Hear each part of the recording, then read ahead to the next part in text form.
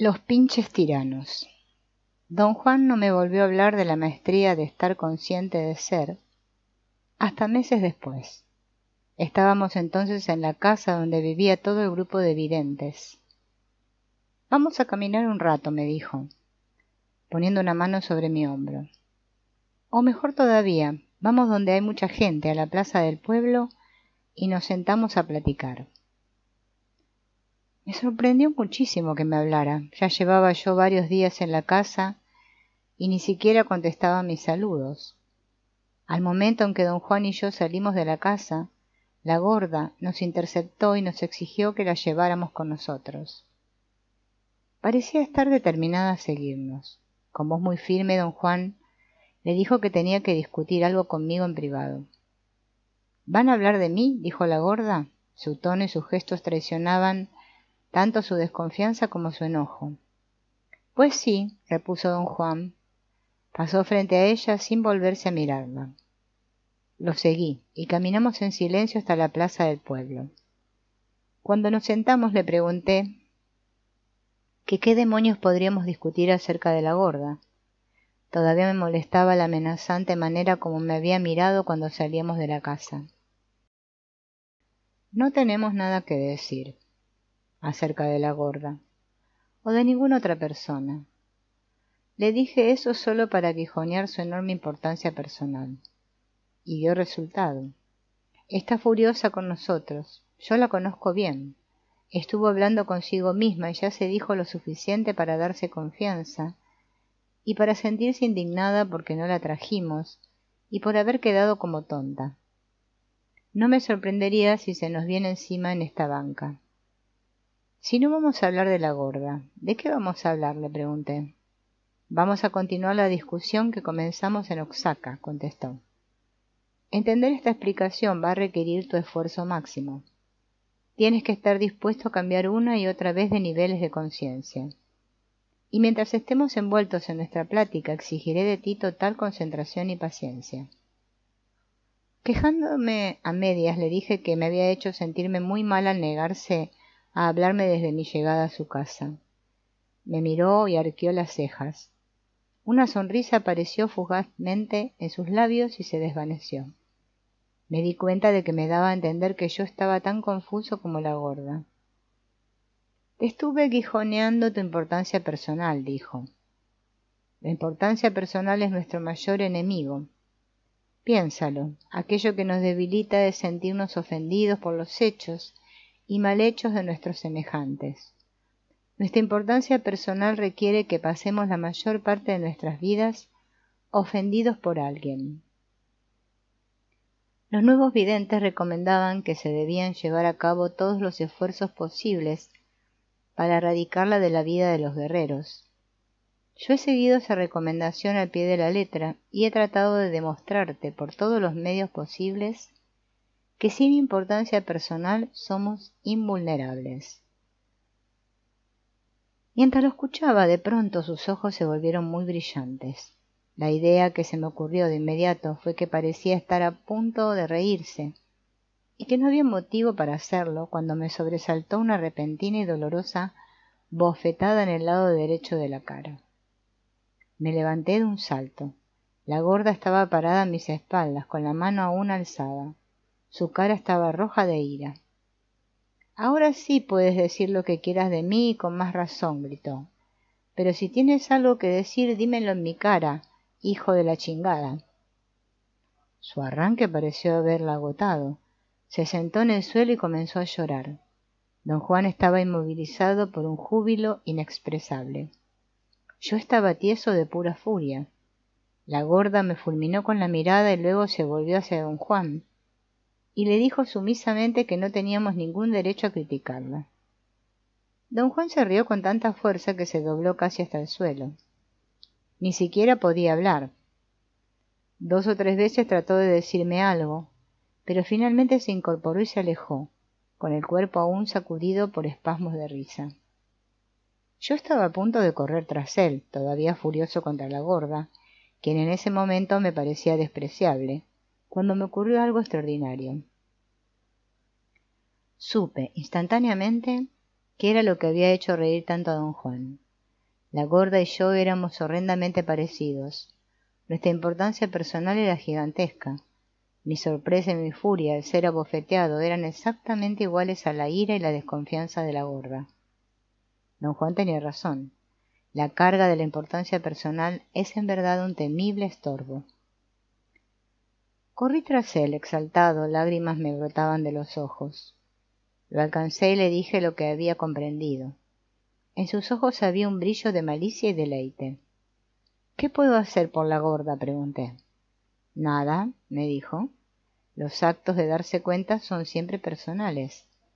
Cambió el tema y dijo que los augurios nos decían que prosiguiéramos nuestra discusión en casa, ya fuera en una sala amplia con cómodos sillones o bien en el patio trasero que tenía un corredor techado a su alrededor. Dijo que en cada ocasión que llevara a cabo sus explicaciones dentro de la casa, esas dos áreas quedarían vedadas para todos los demás. Regresamos a la casa. Don Juan le contó a todos los que había hecho la gorda. El deleite de los videntes y las bromas que le hicieron al respecto aumentó el desasosiego de la gorda. La importancia personal no puede combatirse con delicadezas, comentó don Juan, cuando expresé mi preocupación acerca del estado de ánimo de la gorda. Pidió luego a todos que abandonaran el cuarto. Nos sentamos y don Juan comenzó sus explicaciones. Dijo que los videntes, antiguos y nuevos, se dividen en dos categorías. La primera queda integrada por aquellos que están dispuestos a ejercer control sobre sí mismos. Esos videntes son los que pueden canalizar sus actividades hacia objetivos pragmáticos que beneficiarían a otros videntes y al hombre en general. La otra categoría está compuesta de aquellos a quienes no les importa ni el control de sí mismos ni ningún objeto pragmático. Se piensa de manera unánime entre los videntes que estos últimos no han podido resolver el problema de la importancia personal. La importancia personal no es algo sencillo e ingenuo, explicó. Por una parte es el núcleo de todo lo que tiene valor en nosotros, y por otra el núcleo de toda nuestra podredumbre. Deshacerse de la importancia personal requiere una obra maestra de estrategia. Los videntes de todas las épocas han conferido las más altas alabanzas a quienes lo han logrado. Me quejé de que, aunque a veces me pareciera muy atractiva la idea de erradicar la importancia personal, me era realmente incomprensible. Le dije que sus directivas y sugerencias para deshacerse de ella eran tan vagas que no había modo de implementarlas. Estoy ya cansado de repetirte, me dijo, que para poder seguir el camino del conocimiento uno tiene que ser muy imaginativo.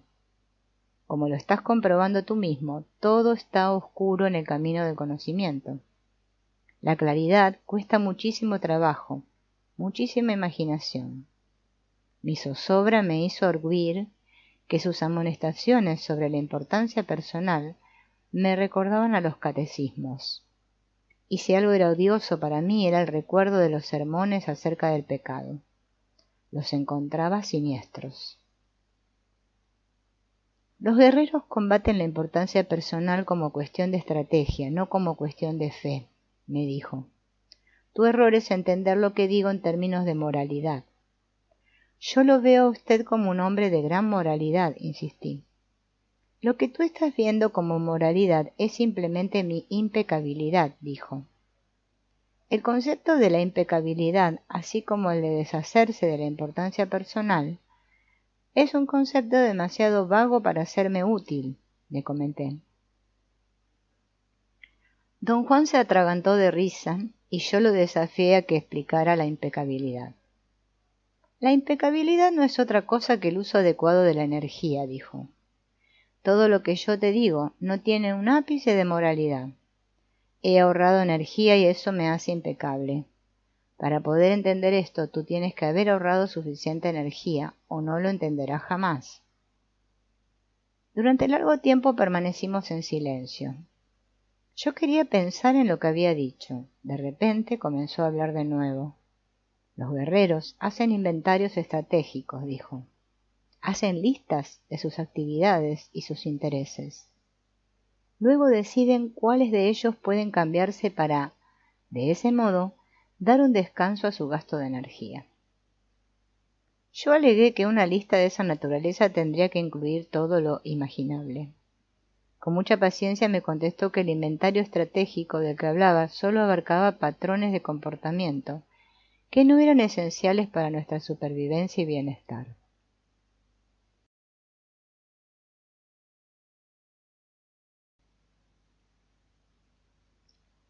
Conforme seguí hablando, comencé a perder mi impulso original. Finalmente me detuve porque me di cuenta de la inutilidad de mis argumentos. Me di cuenta de que don Juan estaba en lo cierto cuando decía que mi pasión era hacerme el difícil. Don Juan dijo entonces que en los inventarios estratégicos de los guerreros, la importancia personal figura como la actividad que consume la mayor cantidad de energía, y que por eso se esforzaban por erradicarla. Una de las primeras preocupaciones del guerrero es liberar esa energía para enfrentarse con ella a lo desconocido, prosiguió don Juan. La acción de recanalizar esa energía es la impecabilidad. Dijo que la estrategia más efectiva fue desarrollada por los videntes de la conquista, los indiscutibles maestros del acecho, y que consiste en 6 elementos que tienen influencia recíproca. 5 de ellos se llaman los atributos del ser guerrero: control, disciplina, refrenamiento, la habilidad de escoger el momento oportuno y el intento. Estos 5 elementos pertenecen al mundo privado del guerrero que lucha por perder su importancia personal. El 6º elemento, que es quizás el más importante de todos, pertenece al mundo exterior y se llama el pinche tirano. Me miró como si en silencio me preguntara si le había entendido o no. Estoy realmente perdido, le dije. El otro día dijo usted que la gorda es la pinche tirana de mi vida. ¿Qué es exactamente un pinche tirano? Un pinche tirano es un torturador, contestó. Alguien que tiene el poder de acabar con los guerreros, o alguien que simplemente les hace la vida imposible. Don Juan sonrió con un aire de malicia y dijo que los nuevos videntes desarrollaron su propia clasificación de los pinches tiranos, aunque el concepto es uno de sus hallazgos más serios e importantes. Los nuevos videntes lo tomaban muy a la ligera. Me aseguró que había un tinte de humor malicioso en cada una de sus clasificaciones, porque el humor era la única manera de contrarrestar la compulsión humana de hacer engorrosos inventarios y clasificaciones. De conformidad con sus prácticas humorísticas, los nuevos videntes juzgaron correcto encabezar su clasificación con la fuente primaria de energía, el único y supremo monarca en el universo, y le llamaron simplemente el tirano. Naturalmente encontraron que los demás déspotas y autoritarios quedaban infinitamente por debajo de la categoría de tirano. Comparados con la fuente de todo, los hombres más temibles son bufones, y por lo tanto los nuevos videntes los clasificaron como pinches tiranos.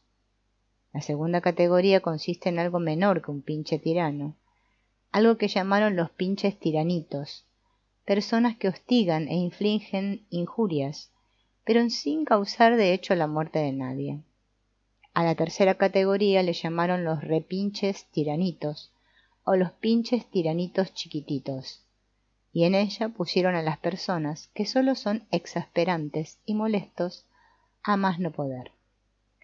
Las clasificaciones me parecieron ridículas. Estaba seguro de que don Juan improvisaba los términos.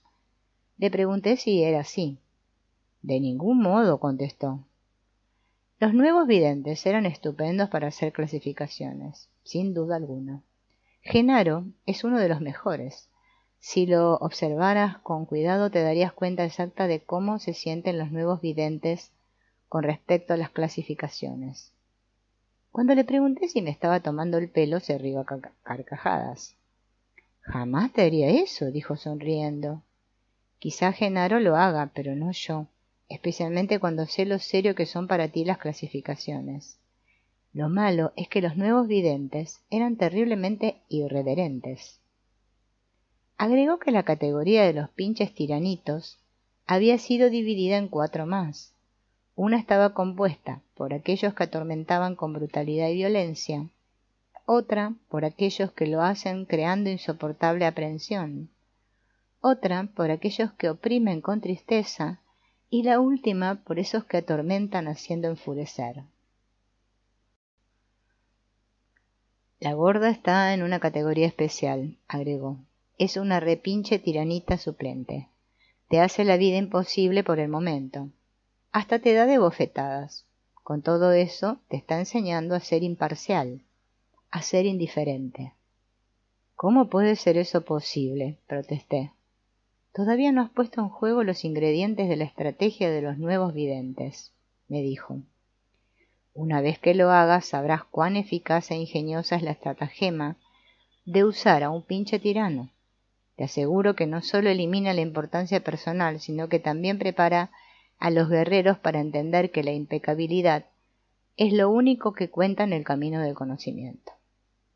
Dijo que la estrategia de los nuevos videntes era una maniobra mortal en la cual el pinche tirano es como una cúspide montañosa, y los atributos del ser guerrero son como enredaderas que trepan hasta la cima. Generalmente solo se usan los primeros 4 atributos, prosiguió. El quinto, el intento, se reserva siempre para la última confrontación, como diríamos para cuando los guerreros se enfrentan al pelotón de fusilamiento. ¿A qué se debe esto? Aquel intento pertenece a otra esfera, a la esfera de lo desconocido. Los otros 4 pertenecen a lo conocido, exactamente donde se encuentran aposentados los pinches tiranos. De hecho, lo que convierte a los seres humanos en pinches tiranos es precisamente el obsesivo manejo de lo conocido. Don Juan explicó que solo los videntes que son guerreros impecables y que tienen control sobre el intento logran el engranaje de todos los 5 atributos. Una acción de esa naturaleza es una maniobra suprema que no puede realizarse en el nivel humano de todos los días. 4 atributos es todo lo que se necesita para tratar con los peores pinches tiranos. Claro está, siempre y cuando se haya encontrado a un pinche tirano. Como dije, el pinche tirano es el elemento externo, el que no podemos controlar, y el elemento que es quizás el más importante de todos. Mi benefactor siempre decía que el guerrero que se topa con un pinche tirano es un guerrero afortunado. Su filosofía era que si no tienes la suerte de encontrar a uno en tu camino, tienes que salir a buscarlo. Explicó que uno de los más grandes logros de los videntes de la época colonial fue un esquema que él llamaba la progresión de 3 vueltas. Los videntes, al entender la naturaleza del hombre, llegaron a la conclusión indisputable de que si uno se las puede ver con los pinches tiranos, uno ciertamente puede enfrentarse a lo desconocido sin peligro, y luego incluso uno puede sobrevivir a la presencia de lo que no se puede conocer. La reacción del hombre común y corriente es pensar que debería invertirse ese orden. Es natural creer que un vidente que se puede enfrentar a lo desconocido puede, por cierto, acercar a cualquier pinche tirano. Pero no es así. Lo que destruyó a los soberbios videntes de la antigüedad fue esa suposición. Es solo ahora que lo sabemos. Sabemos que nada puede templar tan bien el espíritu de un guerrero como el tratar con personas imposibles en posiciones de poder. Solo bajo esas circunstancias pueden los guerreros adquirir la sobriedad y la serenidad necesarias para ponerse frente a frente a lo que no se puede conocer. A grandes voces disentí con él. Le dije que en mi opinión los tiranos convierten a sus víctimas en seres indefensos o en seres tan brutales como los tiranos mismos. Señalé que se habían realizado incontables estudios sobre los efectos de la tortura física y sociológica sobre ese tipo de víctimas. La diferencia está en algo que acabas de decir, me dijo.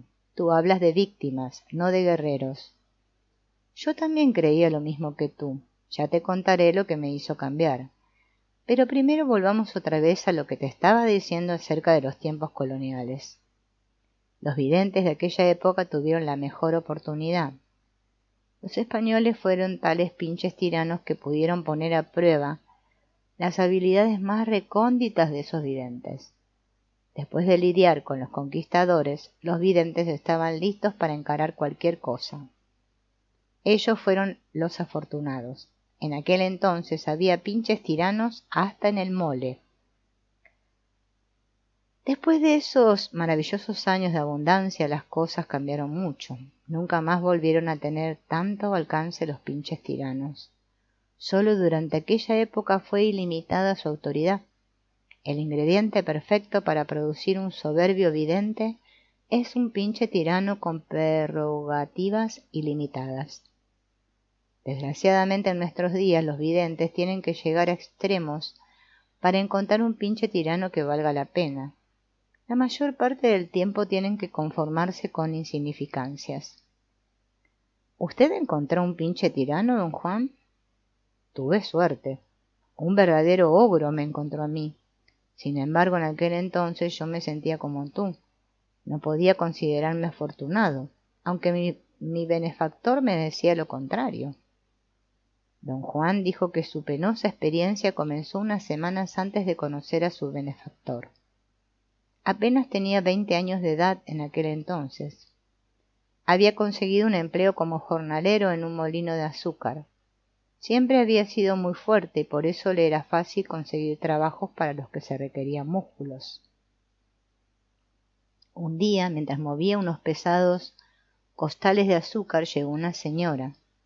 Estaba muy bien vestida y parecía ser una mujer rica y de autoridad. Dijo don Juan que la señora quizá tenía unos 50 años y que se le quedó viendo. Luego habló con el capataz y partió. El capataz se acercó a don Juan diciéndole que si le pagaba, él lo recomendaría para un trabajo en la casa del patrón. Don Juan le respondió que no tenía un centavo. El capataz sonrió y le dijo que no se preocupara, que el día de pago tendría bastante. Palmeó la espalda de don Juan y le aseguró que era un gran honor trabajar para el patrón. Don Juan dijo que, puesto que él era un humilde indio ignorante que vivía al día, no solo se creyó hasta la última palabra, sino que hasta creyó que una hada benévola le había hecho un regalo. Prometió pagarle al capataz lo que quisiera. El capataz mencionó una considerable suma que tenía que pagarse en abonos. De inmediato, el capataz llevó a don Juan a la casa del patrón, que quedaba bastante lejos del pueblo, y ahí lo dejó con otro capataz, un hombre enorme, sombrío, de físico horrible, que le hizo muchas preguntas. Quería saber acerca de la familia de don Juan. Don Juan le contestó que no tenía familia alguna. Eso agradó tanto al hombre que llegó a sonreír, mostrando sus dientes carcomidos. Le prometió a don Juan que le pagarían mucho, y que incluso estaría en posición de ahorrar dinero, porque no tendría que gastarlo ya que iba a vivir y comer en la casa. La manera como el hombre se rió aterró tanto a don Juan que de inmediato trató de salir corriendo. Llegó hasta la entrada, pero el hombre le cortó el camino con un revólver en la mano. Lo amartilló y lo empujó con fuerza contra el estómago de don Juan. «Estás aquí para trabajar como burro», dijo. «Que no se te olvide». Con mucha fuerza empujó a don Juan y le pegó con un garrote. Lo arrastró a un costado de la casa y después de comentar que él hacía trabajar a sus hombres de sol a sol y sin descanso, puso a trabajar a don Juan, desenterrando 2 enormes troncos de árbol cortados. También le dijo a don Juan que si otra vez intentaba escapar o acudir a las autoridades lo mataría a balazos. «Trabajarás aquí hasta que te mueras», le dijo, «y después otro indio tomará tu puesto, así como tú estás tomando el puesto de un indio muerto». Don Juan dijo que la casa parecía una fortaleza inexpugnable, con hombres armados con machetes por doquier. Así que hizo lo único sensato que podía hacer, ponerse a trabajar y tratar de no pensar en sus cuitas. Al final de la jornada el hombre regresó y porque no le gustó la mirada desafiante en los ojos de don Juan, se lo llevó a patadas hasta la cocina. Amenazó a don Juan con cortarle los tendones de los brazos si no le obedecía. En la cocina, una vieja le sirvió comida, pero don Juan estaba tan perturbado que no podía comer. La vieja le aconsejó que comiera todo porque tenía que fortalecerse, ya que su trabajo jamás terminaría. Le advirtió que el hombre que ocupaba su lugar había muerto el día anterior. Estaba demasiado débil y se cayó de una ventana del segundo piso. Don Juan dijo que trabajó en la casa del patrón por 3 semanas y que el hombre abusó de él a cada instante. Bajo la amenaza constante de su cuchillo, pistola o garrote, el capataz lo hizo trabajar en las más peligrosas condiciones, haciendo los trabajos más pesados que es posible imaginar. Cada día lo mandaba a los establos a limpiar los pesebres, mientras seguían en ellos los nerviosos garañones. Al comenzar el día, don Juan tenía siempre la certeza de que no iba a sobrevivir, y sobrevivir solo significaba que tendría que pasar otra vez por el mismo infierno al día siguiente. Lo que precipitó la escena final fue la petición que don Juan hizo en un día feriado. Pidió unas horas para ir al pueblo a pagarle el dinero que le debía el capataz del molino de azúcar. Era un pretexto. El capataz se dio cuenta y repuso que don Juan no podía dejar de trabajar, ni siquiera un minuto, porque estaba endeudado hasta las orejas por el solo privilegio de trabajar ahí. Don Juan tuvo la certeza de que ahora sí estaba perdido. Entendió las maniobras de los dos capataces. Estaban de acuerdo para hacerse de indios pobres del molino, trabajarlos hasta la muerte y dividirse sus salarios. Al darse cabal cuenta de todo esto, don Juan explotó. Comenzó a dar gritos histéricos. Gritando atravesó la cocina y entró a la casa principal. Sorprendió tan por completo al capataz y a los otros trabajadores que pudo salir corriendo por la puerta delantera. Casi logró huir, pero el capataz lo alcanzó y en medio del camino le pegó un tiro en el pecho y lo dio por muerto. Don Juan dijo que su destino no fue morir. Ahí mismo lo encontró su benefactor y lo cuidó hasta que se repuso. Cuando le conté toda la historia a mi benefactor, dijo don Juan, apenas logró contener su emoción. Ese capataz es un verdadero tesoro, me dijo. Es algo demasiado raro para ser desperdiciado. Algún día tienes que volver a esa casa. Se deshacía en elogiar a mi suerte de encontrar un pinche tirano, único en su género, con un poder casi ilimitado. Así que pensé que el señor estaba loco. Me tomó años entender cabalmente lo que me dijo en ese entonces. Este es uno de los relatos más horribles que he escuchado en mi vida, le dije. ¿Realmente usted volvió a esa casa? Claro que volví, 3 años después. Mi benefactor tenía razón. Un pinche tirano como aquel era único en su género y no podía desperdiciarse. ¿Cómo logró usted regresar? Mi benefactor ideó una estrategia utilizando los 4 atributos del ser guerrero: control, disciplina, refrenamiento y la habilidad de escoger el momento oportuno. Don Juan dijo que su benefactor, al explicarle lo que él tenía que hacer en la casa del patrón para enfrentar a aquel ogro de hombre, también le reveló que los nuevos videntes consideraban que habían 4 pasos en el camino del conocimiento. El primero es el paso que dan los seres humanos comunes y corrientes al convertirse en aprendices. Al momento que los aprendices cambian sus ideas acerca de sí mismos y acerca del mundo, dan el segundo paso y se convierten en guerreros, es decir, en seres capaces de la máxima disciplina y control sobre sí mismos. El tercer paso que dan los guerreros después de adquirir refrenamiento y la habilidad de escoger el momento oportuno es convertirse en hombres de conocimiento. Cuando los hombres de conocimiento aprenden a ver, han dado el 4.º paso y se han convertido en videntes. Su benefactor recalcó el hecho de que don Juan ya había recorrido el camino del conocimiento lo suficiente para haber adquirido un mínimo de los 2 primeros atributos, control y disciplina. En aquel entonces me estaban vedados los otros 2 atributos, prosiguió don Juan, el refrenamiento y la habilidad de escoger el momento oportuno, quedan en el ámbito del hombre de conocimiento. Mi benefactor me permitió el acceso a ellos a través de su estrategia. ¿Significa eso que usted no hubiera podido enfrentarse al pinche tirano por su cuenta?, le pregunté. Estoy seguro de que hubiera podido hacerlo yo solo, aunque siempre he dudado que hubiera podido hacerlo con estilo y elegancia. Mi benefactor disfrutó inmensamente dirigiendo mi tarea. La idea de usar un pinche tirano no es solo para perfeccionar el espíritu, sino también para la felicidad y el gozo del guerrero. ¿Cómo podría alguien gozar con el monstruo que describió usted? Este señor no era nada en comparación con los verdaderos monstruos que los nuevos videntes se enfrentaron durante la colonia. Todo parece indicar que aquellos videntes se quedaron viscos de tanta diversión. Probaron que hasta los peores pinches tiranos son un encanto. Claro está, siempre y cuando uno sea guerrero. Don Juan explicó que el error de cualquier persona que se enfrenta a un pinche tirano es no tener una estrategia en la cual apoyarse. El defecto fatal es tomar demasiado en serio los sentimientos propios, así como las acciones de los pinches tiranos. Los guerreros, por otra parte, no solo tienen una estrategia bien pensada, sino que están también libres de la importancia personal. Lo que acaba con su importancia personal es haber comprendido que la realidad es una interpretación que hacemos. Ese conocimiento fue la ventaja definitiva que los nuevos videntes tuvieron sobre los españoles.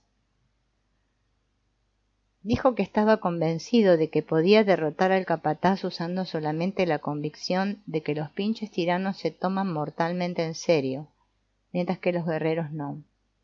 Siguiendo el plan estratégico de su benefactor, don Juan volvió a conseguir trabajo en el mismo molino de azúcar. Nadie recordó que él trabajó allí. Los peones trabajan en el molino de azúcar por temporadas.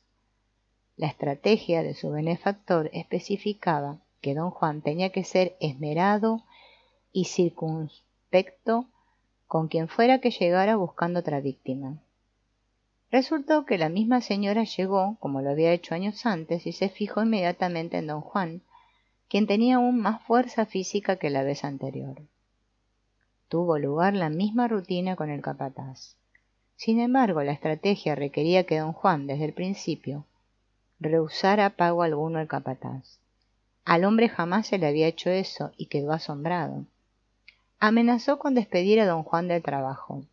Don Juan lo amenazó por su parte, diciendo que iría directamente a la casa de la señora a verla.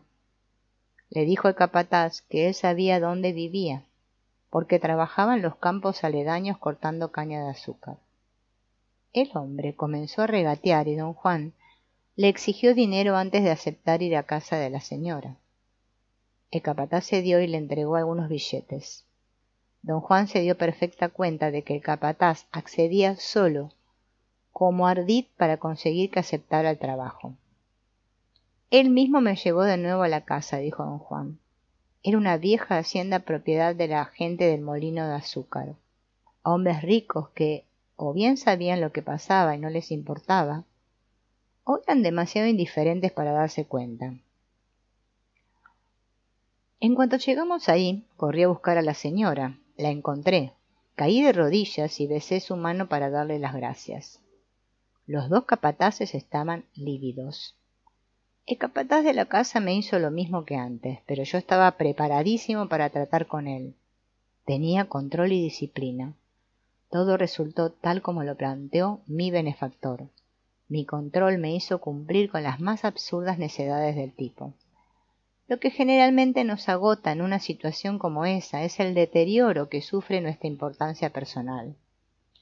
Cualquier hombre que tiene una pizca de orgullo se despedaza cuando lo hacen sentir inútil y estúpido. Con gusto hacía yo todo lo que el capataz me pedía. Yo estaba feliz y lleno de fuerza, y no me importaban un comino mi orgullo o mi terror. Yo estaba ahí como guerrero impecable. El afinar el espíritu cuando alguien te pisotea se llama control. Don Juan explicó que la estrategia de su benefactor requería de que en lugar de sentir compasión por sí mismo, como lo había hecho antes, se dedicara de inmediato a explorar el carácter del capataz, sus debilidades y sus peculiaridades. Encontró que los puntos más fuertes del capataz eran su osadía y su violencia. Había balanceado a don Juan a plena luz del día y ante veintenas de espectadores. Su gran debilidad era que le gustaba su trabajo y que no quería ponerlo en peligro. Bajo ninguna circunstancia intentaría matar a don Juan dentro de la propiedad durante el día. Su otra gran debilidad consistía en que era hombre de familia. Tenía una esposa e hijos que vivían en una casucha cerca de la casa. Reunir toda esta información mientras te golpean se llama disciplina, dijo don Juan. El hombre era un demonio, no tenía ninguna gracia que lo salvara. Según los nuevos videntes, el perfecto pinche tirano no tiene ninguna característica redentora. Don Juan dijo que los dos últimos atributos del ser guerrero, que él aún no tenía en aquel entonces, habían quedado automáticamente incluidos en la estrategia de su benefactor. El refrenamiento es esperar con paciencia, sin prisas, sin angustia. Es una sencilla y gozosa retención del pago que tiene que llegar. Mi vida era una humillación diaria, prosiguió don Juan. A veces hasta lloraba cuando el hombre me pegaba con su látigo, y sin embargo yo era feliz. La estrategia de mi benefactor fue lo que me hizo aguantar de un día a otro sin odiar a nadie. Yo era un guerrero, sabía que estaba esperando y sabía qué era lo que esperaba. Precisamente en eso radica el gran regocijo del ser guerrero. Agregó que la estrategia de su benefactor incluía acosar sistemáticamente al hombre, escudándose siempre tras un orden superior, así como habían hecho los videntes del nuevo ciclo durante la colonia, al escudarse con la Iglesia católica. Un humilde sacerdote era a veces más poderoso que un noble. El escudo de don Juan era la señora dueña de la casa. Cada vez que la veía se hincaba ante ella y la llamaba santa. Le rogaba que le diera la medalla de su santo patrón para que él pudiera rezarle por su salud y bienestar. Me dio una medalla de la Virgen, prosiguió don Juan, y eso casi aniquiló al capataz. Y cuando conseguí que las cocineras se reunieran a rezar por la salud de la patrona, casi sufrió un ataque al corazón. Creo que entonces decidió matarme. No le convenía dejarme seguir adelante. A manera de contramedida, organicé un rosario entre todos los sirvientes de la casa. La señora creía que yo tenía todas las características de un santo. Después de aquello ya no dormía profundamente ni dormía en mi cama. Cada noche me subía al techo de la casa. Desde allí vi 2 veces al hombre llegar a mi cama con un cuchillo. Todos los días me empujaba a los pesebres de los arañones con la esperanza de que me mataran a patadas, pero yo tenía una plancha de tablas pesadas que apoyaban en una de las esquinas. Yo me escondía detrás de ella y me protegía de la patada del caballo. El hombre nunca lo supo porque los caballos le daban náuseas. Esa era otra de sus debilidades, la más mortal de todas. Don Juan dijo que la habilidad de escoger el momento oportuno es una cualidad abstracta que pone en libertad todo lo que está retenido. Control, disciplina y refrenamiento son como un dique detrás del cual todo está estancado. La habilidad de escoger el momento oportuno es la compuerta del dique. El capataz solo conocía la violencia, con la cual aterrorizaba. Si se neutralizaba su violencia, quedaba casi indefenso. Don Juan sabía que el hombre no se atrevería a matarlo a la vista de la gente de la casa. Así que un día, en presencia de otros trabajadores, y también de la señora, don Juan insultó al hombre. Le dijo que era un cobarde y un asesino que se amparaba con el puesto de capataz. La estrategia de su benefactor exigía que don Juan estuviera alerta para escoger y aprovechar el momento oportuno y voltearle las cartas al pinche tirano. Cosas inesperadas siempre suceden así. De repente, el más bajo de los esclavos se burla del déspota, lo vitupera, lo hace sentirse ridículo frente a testigos importantes, y luego se escabulle sin darle tiempo de tomar represalias. Un momento después, prosiguió don Juan, el hombre enloqueció de rabia, pero yo ya estaba piadosamente hincado frente a la patrona. Don Juan dijo que cuando la señora entró a su recámara, el capataz y sus amigos lo llamaron a la parte trasera de la casa, supuestamente para hacer un trabajo. El hombre estaba muy pálido, blanco de ira. Por el tono de su voz, don Juan supo lo que el hombre pensaba hacer con él. Don Juan fingió obedecer, pero en vez de dirigirse a donde el capataz le ordenaba, corrió hacia los establos. Confiaba en que los caballos harían tanto ruido que los dueños de la casa saldrían a ver lo que pasaba. Sabía que el hombre no se atrevería a dispararle y que tampoco se acercaría donde estaban los caballos. Esa suposición no se cumplió. Don Juan había empujado al hombre más allá de sus límites. Salté al pesebre del más salvaje de los caballos, dijo don Juan, y el pinche tirano, cegado por la rabia, sacó su cuchillo y se metió tras de mí. Al instante me escondí detrás de mis tablas. El caballo le dio una sola patada y todo acabó. Yo había pasado 6 meses en esa casa, y durante ese período ejercí los 4 tributos de ser guerrero. Gracias a ellos había triunfado. Ni una sola vez sentí compasión por mí mismo, ni lloré de impotencia. Solo sentí regocijo y serenidad. Mi control y mi disciplina estuvieron afilados como nunca lo estuvieron. Además, experimenté directamente, aunque no los tenía, lo que siente el guerrero impecable cuando usa el refrenamiento y la habilidad de escoger el momento oportuno. Mi benefactor explicó algo muy interesante. Refrenamiento significa retener con el espíritu algo que el guerrero sabe que justamente debe cumplirse. No significa que el guerrero ande por ahí pensando en hacerle mal a alguien o planeando cómo vengarse y saldar cuentas. El refrenamiento es algo independiente. Mientras el guerrero tenga control, disciplina y la habilidad de escoger el momento oportuno, el refrenamiento asegura que recibirá su completo merecido quien quiera que se lo haya ganado. ¿Triunfan alguna vez los pinches tiranos y destruyen al guerrero que se les enfrenta?, le pregunté. Desde luego. Durante la conquista y la colonia los guerreros murieron como moscas. Sus filas se vieron diezmadas. Los pinches tiranos podían condenar a muerte a cualquiera por un simple capricho. Bajo ese tipo de presión, los videntes alcanzaron estados sublimes. Aseguró don Juan que en esa época los videntes que sobrevivieron tuvieron que esforzarse hasta el límite para encontrar nuevos caminos. Los nuevos videntes, dijo don Juan, usaban a los pinches tiranos no solo para deshacerse de su importancia personal, sino también para lograr la muy sofisticada maniobra de desplazarse fuera de este mundo.